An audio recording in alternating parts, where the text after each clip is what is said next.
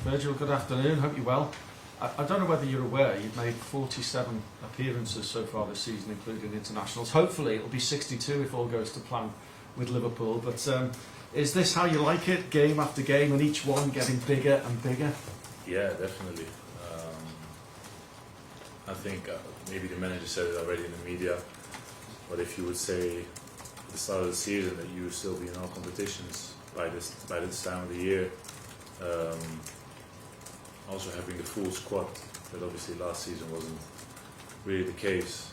We would have taken it easily, and I'm just enjoying the moment. We all as football players want to play games. Obviously, it asks a lot physically from us, but just going for it, and I'm enjoying every moment. And as a defender, the record is very impressive of late. You've only conceded 3 goals in the last 13 games. Do you think sometimes it goes unnoticed outside of the club with so much emphasis on Liverpool's front three, etc.? Do you care? I must say, before the international break in January, I did care a little bit that it was going unnoticed, because I think I said it in an interview as well, that I felt a bit taken for granted coming back from a long-term injury, that everything was sort of normal and everyone expected the same, and it's not. It's quite difficult. But after the break, I really didn't, and maybe that helped also the performances personally. But at the moment, we're just doing it together. We're going for it. Everyone is playing their part. Everyone is involved in it as well. The back four plus Ali changes at times as well. If you look at the cup final with Cruyff coming in, being the hero in the cup competitions, Costas left back, Ibu coming in, Joe coming in now. So everyone is getting involved in the success that we have as a defensive unit. But the way we defend is we do it all together, and everyone feels responsibility for that. From Premier League to Champions League, different types of games. I'm just wondering, do you have to approach these knockout games any differently now that the away goals rule has changed? What's the approach for Benfica tomorrow? Hopefully get a win. The approach won't be any different. I think it's a mental thing as well, to not have the away goal rule. But it is what it is. It's changed. We'll have to get a good result tomorrow night, and hopefully take that with us for the return leg with them. Thank you. Sam, we'll get to Christian Radio Motor, please. Hi Virgil. The high line's been discussed a lot recently, considering how many times you've been catching opponents offside. Just wondering how much communication goes into that, both during the games and during training as well, in terms of getting that right? A lot. It obviously it's been going on since I've been at the club. It's now been highlighted. Well, I think if you look back at the last couple of seasons, we always trying to play with the high line, and we don't play on offside. But obviously, if you can put the player offside, it's only advantage. I think this season and last season, I think it already started with the rule that we keep playing on, and then the linesman put the flag up. It looks a bit, that we are conceding chances against us. Even the other day when obviously Ali had to make the save, it looked like we are vulnerable when he's offside. So I think that rule first and foremost has to get out of the way. But the other thing is, the high line. We don't speak about it personally a lot about it, but on the pitch you definitely have to communicate. But I'm always trying to do it. And I know you've got a very busy schedule over the next 2 months, but I was just wondering whether you and Sadio have had a chance to discuss the group stage for the World Cup and potentially going up against each other in the opening game in Qatar. Yeah, definitely. I called him after he qualified, and I said to him, obviously, well done, and we joked about it that we're going to be in the same group, and it happened. So it's going to be so hard. They are obviously the African champion. fantastic players, and we as well. So it's going to be tough. Opening game, 11 o'clock. I don't know who decided to do 11 o'clock kickoff, to be fair, but yeah, it's going to be difficult. So much respect for obviously Senegal and what they have achieved, but we have to be ready as well. Virgil, given the achievement that this side is on the cusp of doing over the next 2 or 3 months, how do you block out the external noise, especially living in the city? How do you allow yourself to dream, you and the rest of the players, or is it purely just on a game by game basis? Yeah, game by game. The manager says this all the time, but it is really like this. You can't focus on the next game when you still have a game to play. So for us, it's that tomorrow night, and that will be a very tough one. And then we have to recover. How tough that will be. Obviously, we're flying back the day after, so you have this time an extra day for City. But you have to make sure you do the right things, and then the focus will be on the next game. So that's how we see it. And for me personally, I'm not too difficult in this, so I just try to focus on the game. Okay, we'll head to Zoom now. So Juliet, would you like to go next, please? Hello, Virgil. So we couldn't hear you here on Zoom land at the start of your press conference. So if I repeat anything, please let me. Please tell me if you've been asked these questions already. I was just wondering, as a team, though, at this stage of the season, bearing in mind you say you take it game by game, but the next 12 days, if you reflect Jurgen Klopp spoke in his programme notes at the weekend about this, the fact that hopes and dreams could be achieved. Are you improved more as a team in these big moments, would you say? Well, obviously we're definitely more experienced. We've been in that situation that, for example, Manchester City is. We've been in the Champions League final, so we have been in this situation before. But you only can influence the game ahead of you, and that's how we see it. Tomorrow is going to be a big one of the two that's ahead of us. So that's the only thing we can do. We can only focus on tomorrow night and nothing else. Do you look at it then that you've got everything to gain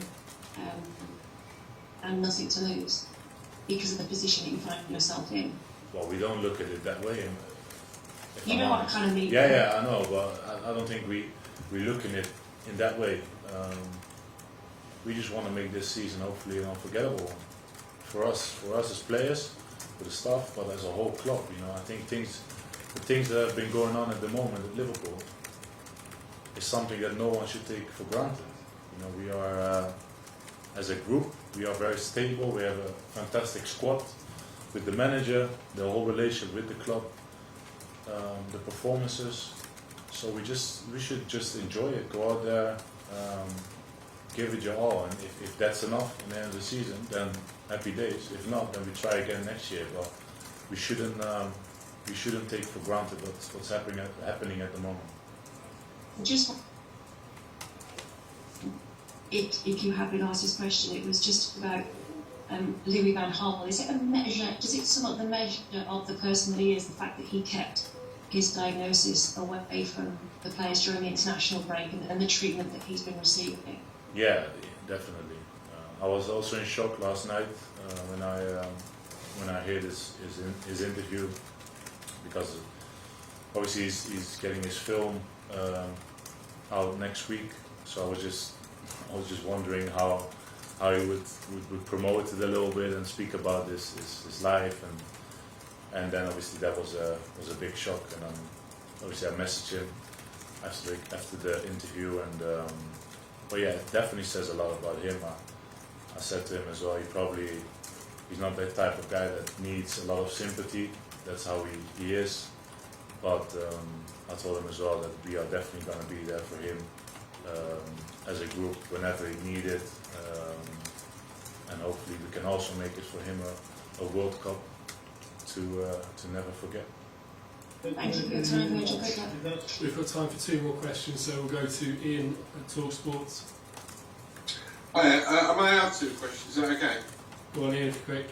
Okay. First question, Virgil. I know there are no easy games in football before you come out of that well-worn cliche, but you are expected to probably get past Benfica and reach the semi-finals. This is one of the easiest games. Can you just explain the pressure on you when you go into a tie where you are the favourites, the overwhelming favourites to win? Well, I won't, they're in the last 8 of the Champions League, so we can't say one of the easiest draw, but they are there for a reason. It's going to be tough tomorrow night. I watched the game when they played against Barcelona at home. We all obviously analysed them here, and it's going to be difficult, and that's how we face. We have to show them the respect they deserve, and it will be tough. And for you guys from the outset, you can make whatever you want out of this, but it's going to be tough, and we are ready for a tough test. And the other one was that the pandemic robbed you of celebrating the title win with your fans, of going through Liverpool and celebrating that particular massive achievement for the first time in 30 years. This season, is perhaps the fact that you missed out on that, is this season a chance to maybe win the title again, the Champions League again, and then go and celebrate and have that moment you were deprived of 2 years ago? I don't know. We're still 1 point behind City, so they're at the moment they are on the pole position. So we'll give it everything, and then hopefully we can celebrate at the end of the season together with our fans. So we'll see. Okay, wait, so Paul Joyce next, please. Virgil, you said at the weekend on Twitter, just enjoy the ride. Is that difficult to do at all when the stakes are so high? Does worry or fear never come into your mind at all? No, in this case definitely not, because we're in this position. We are still in all competitions. We're playing good. We have all the chance still to win all those competitions as well. So just go for it. And I think also the fans, obviously it was an early kickoff last game, and we only 1-0 up, and it could obviously be a feeling that what if we give this away or something like that. But we just need everyone to just enjoy it, give everything as a fan as well, support us like you always do, and just enjoy the ride like I said before. Okay, sorry, final question, Don in the room. It is just a follow-on to this, and you're talking about making an unforgettable year. If you get into the middle of June and you've only got 1 medal to show for this season, how would you feel? I'll go again next year.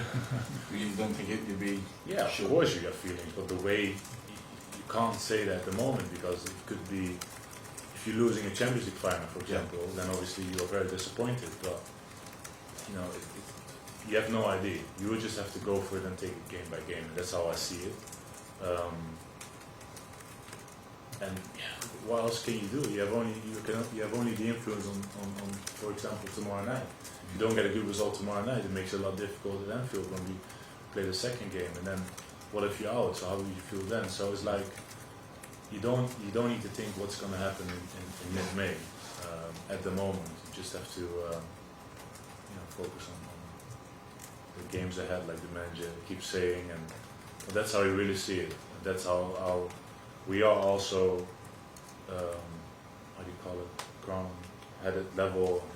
grounded, sorry, and don't get carried away.